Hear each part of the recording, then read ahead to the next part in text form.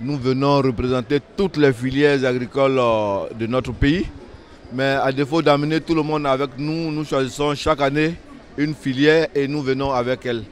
L'année passée, c'était la filière Carité, l'année passée, c'était la boutique paysanne. Cette année, nous sommes venus avec la filière Cola. La noix de cola a 3 grandes propriétés pour l'organisme de l'homme. Avec des propriétés astringentes, c'est-à-dire qu'il permet une bonne circulation sanguine, la tenue, les douleurs, les migraines. Il a une propriété cardiotonique, il soutient les efforts musculaires, il a une propriété diurétique. Il nettoie le sang des mauvais nutriments. C'est vrai, culturellement, une vieille filière parce que la cola s'invite dans tout ce qui est activité sociale, culturelle de chez nous. Mais organisée, formalisée comme maintenant, c'est maintenant que la cola l'est parce qu'elle est devenue interprofession par la volonté des pouvoirs publics, l'État, le ministre de l'Agriculture et nous-mêmes. Donc nous sommes venus avec elle pour qu'elle vienne conquérir des partenaires à ce grand rendez-vous du Salon de l'Agriculture de Paris.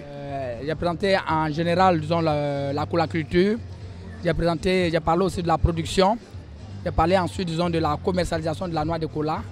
Et en dernière position, j'ai parlé aussi de la transformation de la noix de cola. L'APCAM du Mali était là, le Sénégal était là, mais nous avons aussi des partenaires du Nord, c'est-à-dire la région du Rhône-Alpes était là, qui est en partenariat avec la Chambre d'agriculture de Côte d'Ivoire et qui est en partenariat avec la région du Bélier en Côte d'Ivoire. Il y a un intervenant qui a pris la parole. Il m'a demandé les déchets de la cola. Voilà, c'est-à-dire il veut parler après avoir enlevé les noix de la cabosse, qu'est-ce qu'on fait de la cabosse. Donc vraiment, il a dit qu'il y a des recherches qu'ils ont pu faire sur les cabosses et ça peut permettre quand même de produire encore d'autres sous-produits par rapport à la cola. Savoir que nous pensions que la cola n'était pas assez connue, mais la cola est très bien connue.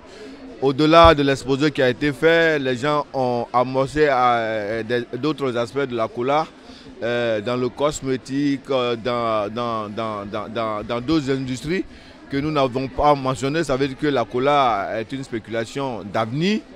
Donc le fait qu'on l'ait organisée, structurée, a été une bonne chose. Ça veut dire qu'elle pourra conquérir par elle-même des marchés. Nous sommes au nombre de 300 membres.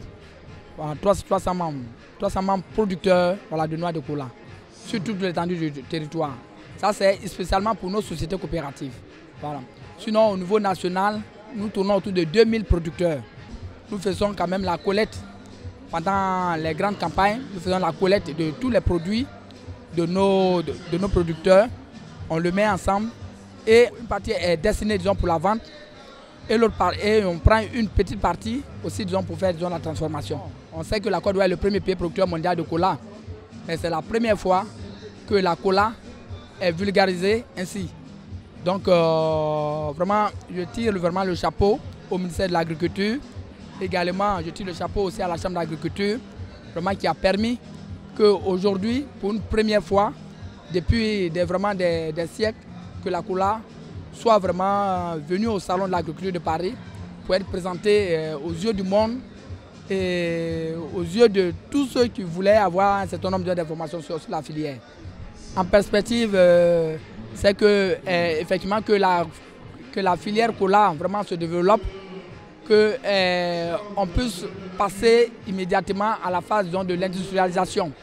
Puisque connaissant les vertus de la noix de cola pour l'organisme de l'homme, comme je l'avais dit, pour que des personnes puissent en bénéficier.